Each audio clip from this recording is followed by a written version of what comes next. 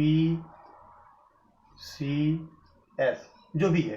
तो इस तरीके से देखिए हम इसका भी प्रयोग कर सकते हैं, मतलब एब्रीविएशन में जो होता है संक्षिप्त में, जैसे CID क्राइम ब्रांच जो होता है, क्राइम इन्वेस्टिगेशन डिपार्टमेंट होता है, फिर ISD जो इंटरनेशनल जो है सेवा जो भी SYZ है। तो इसका मतलब क्या है कि यहाँ पर जो हम क्या प्रयोग कर रहे हैं, इसका जो प्रयोग कर रहे हैं जो कि एब्रीविएशन होता है जिसे कहते हैं संक्षिप्त रूप में। संक्षिप्त रूप में ये इसका मतलब फुल फॉर्म इसका बताना पड़ेगा।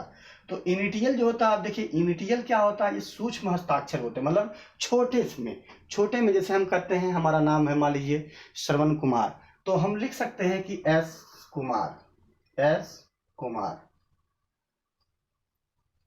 ठीक है, M कुमार,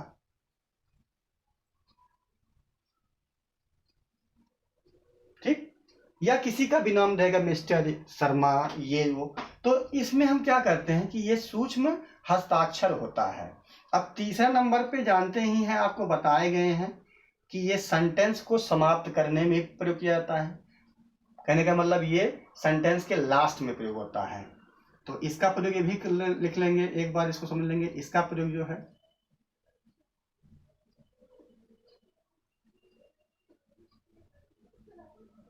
सेंटेंस के अंत में, सेंटेंस के अंत में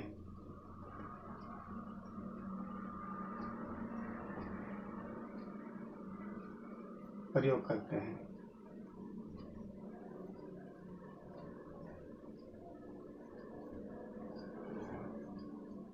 तो ये इंपॉर्टेंट है, देखिए इसका प्रयोग क्या करेंगे हम, सेंटेंस के अंत में प्रयोग करते हैं, ठीक है। इसका प्रयोग सेंटेंस के अंत में प्रयोग करते हैं, मतलब अंत में प्रयोग करते हैं। तो यहाँ पे हटा दीजिए इसको, ठीक है। तो इस तरीके से हम क्या कह सकते हैं इसको,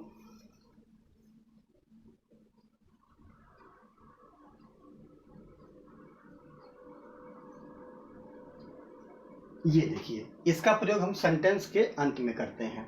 तो अर्थात जब समाप्त करते हैं तो हम इसका ही प्रयोग करेंगे, ये आपका इंपॉर्टेंट है।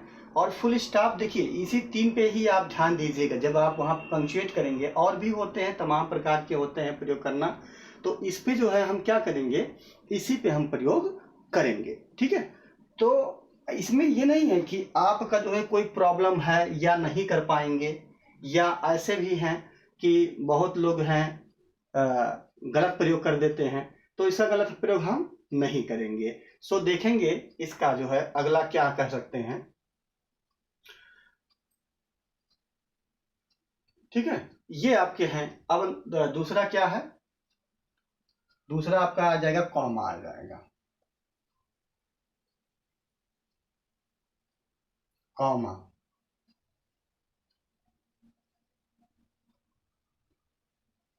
अब कॉमा का प्रयोग हम कहाँ करते हैं, कॉमा का प्रयोग हम कहाँ करते हैं इसका ध्यान देना पड़ेगा हमको। कॉमा जानते हैं, इसको कहते हैं अल्प विराम। क्या कहते हैं, अल्प विराम। तो हमने बताया भी है कि इसे अल्प विराम कहते हैं। लिख लेते हैं एक बार फिर से, अल्प विराम,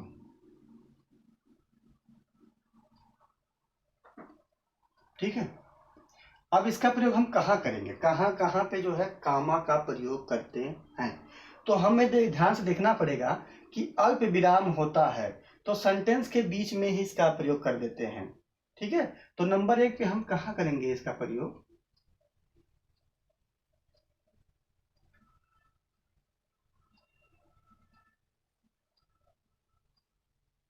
सेंटेंस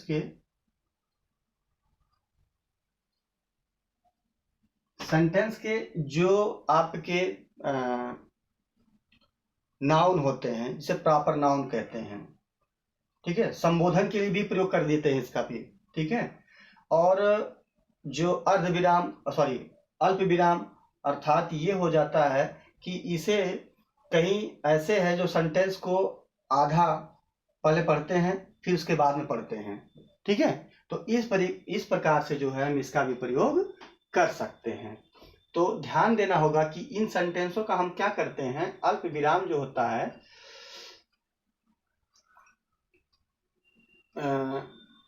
कुछ कम जो है अल्प विराम के मतलब थोड़े समय के लिए रुकना होता है, मतलब सेंटेंस में जो है ये कुछ समय के लिए रुकना होता है, उसे हम क्या कहते हैं, अल्प विराम कहते हैं। और इसका प्रयोग हम किस तरीके से कर सकते हैं ये देखना होगा, ठीक है। तो बताएंगे इसके बारे में। जैसे एक ही मान लेते हैं कि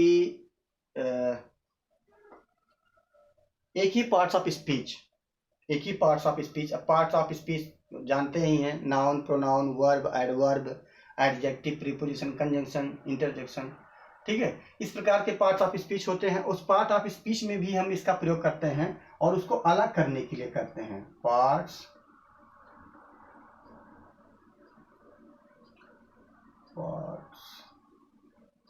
ऑफ स्पीच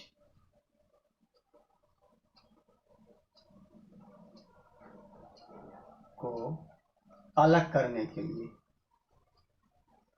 अलग करने के लिए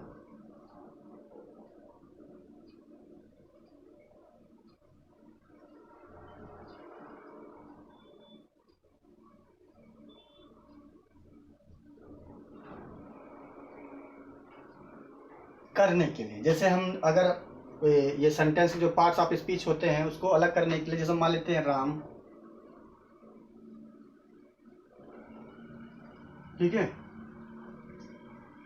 राम के बाद हमने कामा लगा दिया, तो कहने का मतलब यहाँ पे हम क्या कर देंगे, रुक जाएंगे, कुछ अल्प विराम ले लेंगे। क्या कर देंगे, अल्प विराम। Ram, where are you going.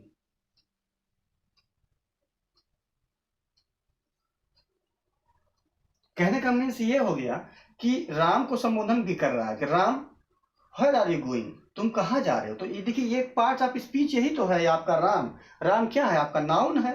अब नाउन जो है ये व्हेयर आर यू गोइंग, तो यहाँ पे इससे, इस सेंटेंस से क्या कर रहा है, इसको अलग कर रहा है।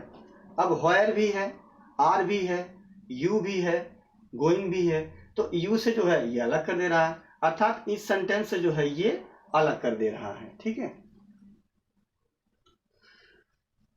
फिर जैसे मान लेते हैं राम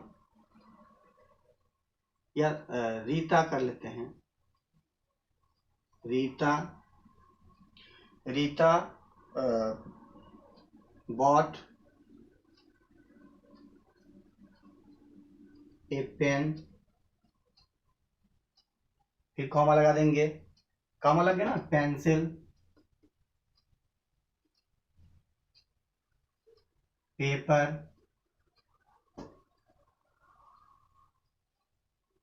पेपर, ईटीसी। ऐसे देखिए अब क्या कर रहे हैं, देखिए ए पेन जो है पेंसिल से अलग हो रहा है, पेपर भी किससे, पेंसिल से अलग हो रहा है। तो इस प्रकार से हम कह सकते हैं कि जो कॉमा होता है वो सेंटेंस, जो पार्ट्स ऑफ स्पीच होते हैं इसको भी अलग करता है। तो आइए देखते हैं, फिर आगे की तरफ बढ़ते हैं। अभी जो है इतना आप समझेंगे, इसको लिख भी सकते हैं और आसानी से सीख भी सकते हैं, जो भी आपको समझ में आते हैं। और अब आगे बढ़ाते हैं आपको।